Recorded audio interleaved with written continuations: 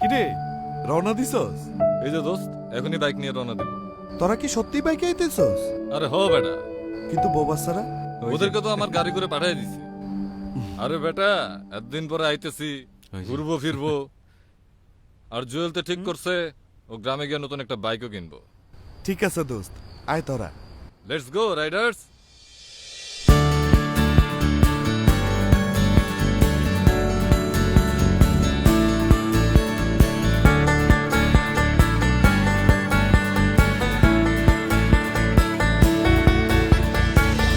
গ্রাম তো ছেড়ে গেছস, এখন আর আসতে মন চায় না, তাই না? না রে, ছুটি পাই না। শোন, এবার আমরা কিন্তু অনেক ফুর্তি করব।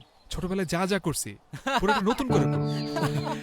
কিন্তু বন্ধু, বাইক তো দুইটা, দুইটা বাইকে 5 জন ঘুরুম কেমনে? চল না বাইকটা কিনে ফেলি। ঠিক আছে তাইলে তোরা বাড়িতে যা, ফ্রেশ হয়ে আয়, তারপর বাইরে হইতেছি। ওকে ঠিক আছে, আয় ওকে তাইলে। ঠিক আছে, আইতেছি।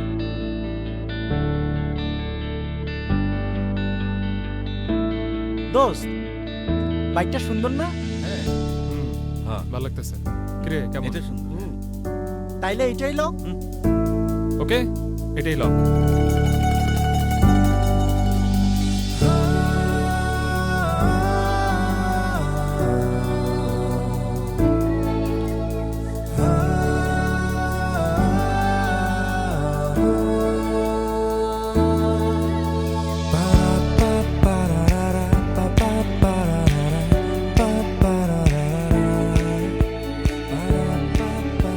চল।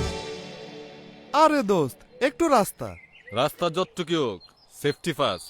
সো হেলমেট পরা মান।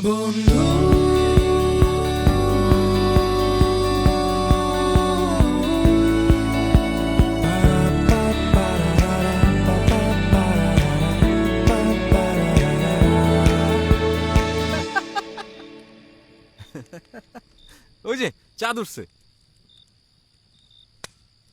কি রে আনিস কই? আনিস, কি রে চুপ কেন? 2 দিন পর তোরা চলে যাবে, আমি আবার একলা হয়ে যাব। ইচ্ছা হইলেও তোদের আর দেখতে পারব না। কেন পারবি না? যখনই মন চাবে বাইক নিয়ে চলে আসবি। বাইক কই পাবো? আরে এই বাইকটা আমরা সবাই মিলে তোর জন্যই কিনছি। তোর ঈদ কি? কিরে কেমন লাগলো সারপ্রাইজ? যখন ইচ্ছা হবে একটা নিয়ে চলে আসবে।